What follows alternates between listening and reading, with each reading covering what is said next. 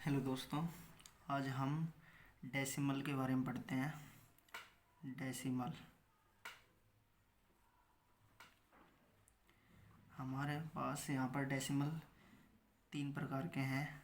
जैसे सबसे पहले टर्मिनेटिंग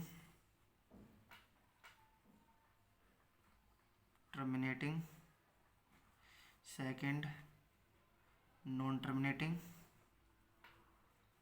थर्ड नॉन टर्मिनेटिंग। लेकिन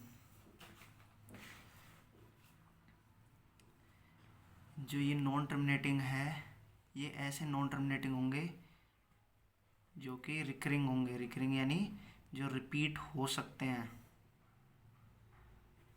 बट ये जो नॉन टर्मिनेटिंग होंगे ये हमारे नॉन रिकरिंग होंगे, यानी कि रिपीट नहीं होंगे नंबर ऐसे। देखो, जैसे कोई एग्जांपल लेते हैं। टर्मिनेटिंग अगर मैं एग्जांपल लूँ तो यहाँ पर जैसे कुछ भी नंबर लिख दिया 8.346, ये यहाँ पर टर्मिनेट हो गया। इसी तरीके से एक एग्जांपल और लिख देते हैं 13.0123, इस तरीके से ये हमारे टर्मिनेटिंग है। लेकिन अगर मैं नॉन टर्मिनेटिंग बट रिकरिंग की बात करूं तो यहाँ पर एक एग्जांपल जैसे लिखा मैंने 1.333, इस तरीके से रिपीट। देखो, ये हमारा नॉन टर्मिनेटिंग है, इनफाइनाइट तक ऐसे चलेगा। लेकिन इसमें ये है कि जो ये 333 आ रहा है ये रिपीट है, इसलिए रिकरिंग बोल रहे हैं इसे। और इसको हम लिख कह सकते हैं 1.3, जो रिपीट होता है, जो संख्याएं रिपीट होती हैं उस पर बार लगाते हैं। तो 3 बार बार रिपीट हो रहा है यानी 3 बार। इसका मतलब ये है कि 3 ऐसे ही इनफाइनाइट तक रिपीट होता रहेगा।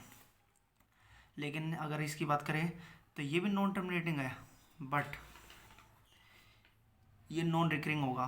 तो इसके लिए हम क्या करेंगे, जैसे कोई एग्जांपल लिखते हैं 1.572012। देखो, इसमें कोई पैटर्न नहीं है, ऐसे इनफाइनाइट तक चलता रहेगा, इसलिए non terminating and non recurring है। Is that clear? अब इसके बाद देखो, जैसे कि एक एग्जांपल लिखते हैं √2, √3, √5, 2√3। ये सब के सब non terminating and non recurring है।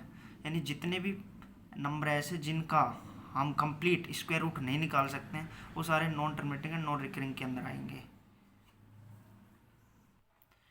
अब देखिए, कोई भी ऐसा नंबर है, कोई हमें नंबर दे रखा है P/Q की फॉर्म में, तो हम उसे कैसे देखकर बता सकते हैं कि ये टर्मिनेटिंग होगा या नॉन टर्मिनेटिंग। कोई भी अगर हमें नंबर दे रखा है P/Q की फॉर्म में, तो हम इसे कैसे बताएंगे कि टर्मिनेटिंग है या नॉन टर्मिनेटिंग है। तो उसके लिए क्या करते हैं, जो ये हमारा Q है, इसके जो फैक्टर होंगे Q के फैक्टर, वो अगर हमारे 2m या 5n या 2m इंटू 5n के फॉर्म में है तो वो नंबर हमारा टर्मिनेटिंग होगा।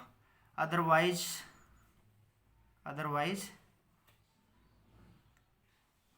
क्या होगा, नॉन टर्मिनेटिंग होगा। Otherwise non terminating.